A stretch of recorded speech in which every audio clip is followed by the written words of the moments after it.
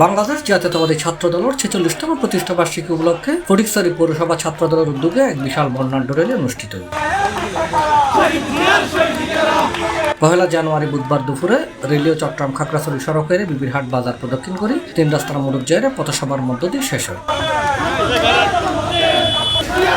ফটিকছড়ি পৌরসভা ছাত্রদলের আহ্বায়ক একরাম চৌধুরীর সভাপতিত্ব ও সদস্য সচিব আসিফ কায়েস চৌধুরী সঞ্চালনায় এডা প্রধান অতিথি হিসেবে উপস্থিত আছেন ফটিকছড়ি পৌরসভা যুবদলের আহ্বায়ক মইনুল্লাহ উজ্জ্বল। এই পিসি সরকার বিদায়ের পর প্রথম একটা ফটিকছড়ি পৌরসভা ছাত্রদলের সুন্দর একটা র্যালি হয়েছে এবং র্যালিতে আজকে আপনারা যারা উপস্থিত হয়েছে তাদেরকে অনেক ধন্যবাদ জানাচ্ছি।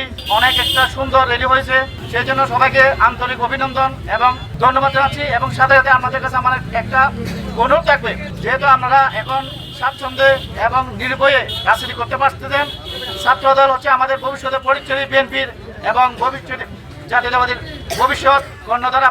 আপনারা এখন উঠবেন, আপনারাও নেতৃত্ব দিবেন। আপনাদের জায়গায় 10 বছর আগে আমরাও ছিলাম এবং ফটিকছড়ি ছাত্রদল থেকে আপনারা উঠে আসবেন। যুবদল বিএনপির নেতৃত্ব আপনাদের হাতে উঠতে হবে। সেই জন্য আপনারা প্রতি ওয়ার্ডে প্রতি বাড়িতে যারা ছাত্র আছে ওরা যে ক্লাসে পড়ুক তাদেরকে বোঝাবেন, ফটিকছড়ি পৌরসভা ছাত্রদলে আহ্বান করবেন এবং প্রতিটা ছাত্রদলের কাছে যাবেন, বিএনপির দাওয়াত দিবেন, জাতীয়তাবাদী ছাত্রদলের দাওয়াত দিবেন। প্রত্যেকটা মানুষকে আপনারা ছাত্রদলের আওতায় নিয়ে আসবেন। এটা বক্তব্য রেখে চট্টগ্রাম উত্তর জেলা ছাত্রদলের যুগ্ম সম্পাদক শেখ মাহফুজ, সাইফ সুমন, সোহেল রানা, মঈন আহমেদ, পৌর ছাত্রদলের যুগ্ম আহ্বায়ক মনোয়ার হোসেন মামুন সহ পৌর ছাত্রদলের অন্যান্য নেতৃবৃন্দ। আজকের এই বর্ণাঢ্য র্যালি এখানেই সমাপ্ত ঘোষণা করছি। আসসালামু আলাইকুম ওয়া রাহমাতুল্লাহ।